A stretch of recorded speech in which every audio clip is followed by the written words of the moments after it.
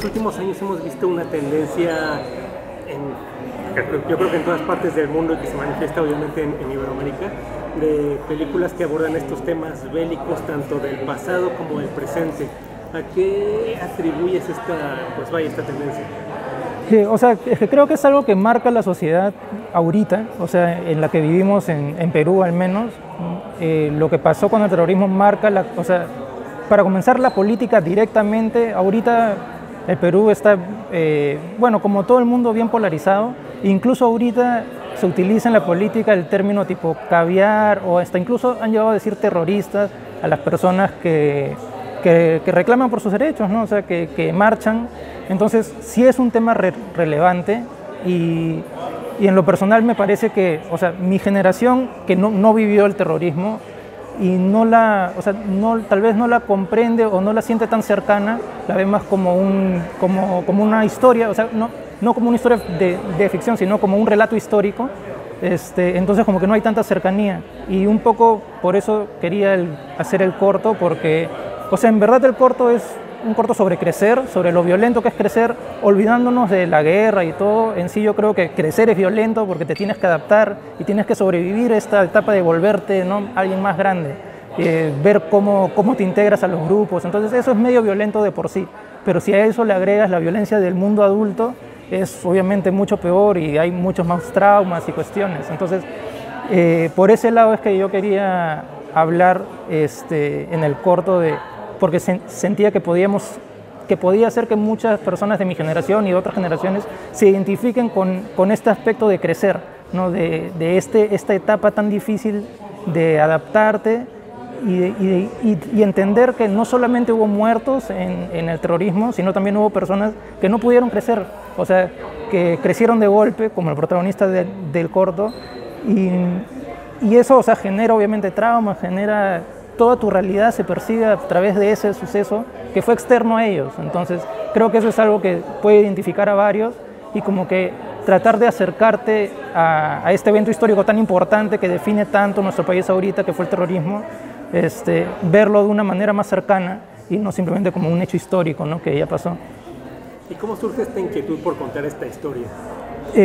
O sea, bueno, en verdad nace de la anécdota del papá de mi mejor amigo, que un día así, que estábamos en una reunión, como por salir a una reunión, nos contó que él cuando era adolescente también estaba así en una reunión y de pronto, o sea, y resultó que con los que se reunía eran terroristas, o sea, se volvieron terroristas, entonces se tuvo que ir de su pueblo, pero él ya era adolescente, grande, pero cuando me contó eso yo dije, claro, o sea, él vivía el día a día y de pronto ocurrió eso, o sea, no es justamente lo que te decía, o sea, no es este hecho gigante y histórico que sucedió, sino que tu amigo que se sentaba al costado y que te hablaba de cosas de política, de pronto se volvió terrorista y ahora tú no puedes estar involucrado con eso. Entonces no fue algo extraño, o sea, y es algo que, o sea, es algo que sucedió en el día a día.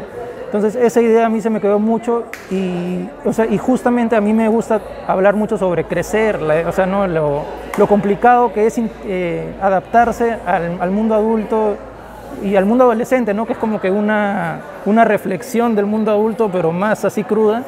Entonces, a mí me gusta mucho hablar sobre ese tema y encontré justamente estas dos ideas de hablar sobre la violencia, pero de una manera distinta, que no sea, tal vez, o sea, no hablar de la parte cruenta, sino hablar más de lo emocional y conectarlo con lo que a mí me gusta contar, que es el hecho de volverse adulto, ¿no?, de crecer. ¿Qué tan complejo fue encontrar esta fusión, este punto de equilibrio? O sea, en verdad, creo que desde el comienzo que escuché la anécdota, en mi mente siempre estaba pensando en eso, o sea, creo que lo vinculé desde un comienzo, pero lo que sí me costó fue encontrar el motivo, o sea, la razón que iba a separar a los niños en crecer, porque que al final fue el hecho de seguir a las chicas, ¿no?, de estar tras chicas, o sea, de enamorarte de alguien. Creo que eso fue lo que más me costó de conectar a la historia, ¿no?, de qué era lo que este niño iba a tener que enfrentarse, que su mejor amigo se enamora de alguien y ahora ya no es su mejor amigo, ahora está tras esa chica y tiene que adaptarse. Entonces creo que eso fue lo que estaba buscando y me gustó mucho conseguir, y sí fue difícil. Y después Y otra cosa que también me costó bastante fue, quería vincularlo más al presente, o sea, a pesar de hablar de las emociones, quería vincular la historia al presente, entonces, y no encontraba cómo, o sea, al principio iba a ser una historia lineal, no iba a haber flashbacks, pero cuando ocurrió la pandemia, justo ocurrió este evento de las personas que comenzaron a regresar a sus localidades caminando por la carretera, y eso fue bien particular porque en el terrorismo justamente pasó lo contrario, o sea, la gente salió del campo a las ciudades más próximas para huir obviamente de la violencia. Entonces ahora ocurría lo opuesto, pero por una razón similar, que era que estaban desprotegidos. Entonces, esto me pareció un vínculo súper interesante y que capturaba además mucho la idea del presente, ¿no?, de estar desprotegido en Perú, y me pareció un momento bonito para que el personaje se reencuentre con su infancia a través de un niño que conoce ahí. En toda esta misma línea que comentas, hay dos puntos de los promocionales, digamos, que me gustaría tocar específicamente. El primero, Rincón de la Infancia. ¿Qué es un Rincón de la Infancia para ti, para el cortometraje? Es estos lugares a los que uno recuerda, ¿no?, que vivió cuando era niño. O sea, siempre hay estos espacios que se vuelven, o sea, tal vez cuando uno es niño no lo piensa, pero cuando uno lo recuerda son espacios mágicos donde ocurrían cosas que no pueden ocurrir nunca más en ningún otro lado, ¿no? Por ejemplo, en mi caso yo jugaba mucho fútbol de niño, y me acuerdo que jugaba entre un par de árboles que habían en el parque que estaba por mi casa. Entonces ese espacio era el estadio más importante del planeta Tierra cuando jugábamos ahí con los chicos. Entonces esos son los rincones de la infancia, que cada uno tiene el suyo, ¿no? Algunos, no sé, jugaban abajo de una mesa específica. Mi mamá, me acuerdo que me cuenta que tenía una mesa en el taller de mecánica de su papá, que en esa mesa ponía un mantel y abajo jugaba la casita, y hasta una vez pusieron un foco y fue increíble, ¿no? Entonces estos rinconcitos de la infancia me parece que todos los tenemos, y es un poco lo que quería apelar con los juegos, ¿no? Porque hay muchos objetos en el corto que revinculan al personaje con su infancia, ¿no? Como el trompo, las canicas. Entonces son estos rinconcitos que le traen esto. Y en esta misma línea, en el teaser que he presentado, hay una frase que dice: tienes que ser hombre. Igual, lo mismo, ¿qué representa eso en el cortometraje? Sí, o sea, es justamente esta idea de, por el contexto, o sea, hay un momento donde tenemos que o adaptarnos o morir. Esta idea, ¿no?, que como te digo, a veces sucede de maneras más cotidianas. Por ejemplo, terminas el colegio y tienes que estudiar una carrera, o sea, decide o no estudias nada y quién sabe, ¿no? Entonces esas son decisiones de vida o muerte que uno claramente no está preparado para tomar en esas edades. Entonces imagínate enfrentarte a una situación así cuando aún eres un niño, ¿no? O sea, en ese momento, o te vuelves hombre y te vas de tu hogar, dejas todo atrás y resuelves como un hombre, entre comillas, ¿no? O mueres. Entonces es esta idea que además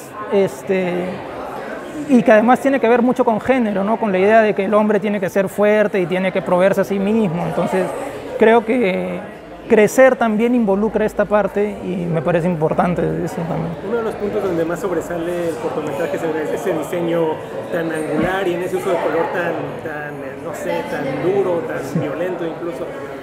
¿Cómo se llega a este punto? Sí, bueno, el uso de color en verdad es un estilo propio que a mí me gusta mucho, siempre usar ese tipo de paletas. Aún así yo estaba medio inseguro al hacer el corto, cuando ya lo empecé a ver, vi el color script, o sea, ya comencé a hacer las escenas y dije, no, esto es mucho. Pero mi productora en verdad me animó a seguir con mi idea, ¿no? Y digo, no, tú métele, tú haces esto, métele. Y, o sea, en verdad al final sí, a todos nos gustó un montón el estilo. Pero para el diseño angular, y el diseño angular fue porque yo quería un diseño de personajes que no sea cartoon ni que sea anime, porque quería que se vinculara con algo de Perú. Entonces, si bien quería que sea una animación más limitada, tenía que tener proporciones no tan anatómicas, pero como que inmediatamente cuando pensaba en eso me iba al anime. Entonces comencé a hacerlo más anguloso, más sintético, y sobre todo llegué al punto donde, pensando en el rostro de los personajes, no conseguía los ojos, la forma de los ojos que tenían que tener, pero comencé a revisar libros y me encontré con las culturas princaicas, o sea que los huacos, los mantos, que tienen ojos, sobre todo en la cultura nazca, que es una cultura princaica de Perú, usan ojos medio hexagonales, con líneas negras muy gruesitas, y eso me pareció muy característico, y cuando lo puse en el diseño encajaba perfectamente y sentía que eso traía mucho de la imagen peruana, o sea, al estilo, y por eso, o sea, desde un inicio quería llegar a esto, pero me costó bastante lograr, o sea, al final estoy contento con el diseño que se logró. Casi para terminar, ¿cómo tomas la selección a Annecy? Súper emocionado, en verdad, agradecido a quien sea, a todos, o sea, porque en verdad es algo que no solamente me alegra a mí, sino también a todo el equipo, y me alegra a mí por el trabajo de todos los artistas que han apoyado el corto y que se puede ver ahora en Annecy, ¿no? Y bueno, y en otros festivales que también hemos sido seleccionados, y en verdad es un orgullo poder contar esta historia y que se vea en otros lados, y que se vea también la animación peruana, o sea, estoy seguro que va a haber muchos más cortos peruanos seleccionados en festivales grandes también. Qué bueno que dices eso, porque justo para cerrar te quería preguntar, ¿qué lugar crees que ocupe Pulso Rincón de la Infancia en esta evolución que está teniendo la animación peruana? O sea, creo que es un poquito de todo lo que se hace en Perú. O sea, creo que no va a pasar mucho tiempo hasta que llegue otro corto o más de un corto a Annecy, porque la industria ha crecido un montón, hay un montón de artistas trabajando en animación, y hay un montón de talento, todos los artistas son súper talentosos, y en verdad esto es un reflejo de un poquito de todo lo que se hace en Perú, porque hay mucho más, Sí.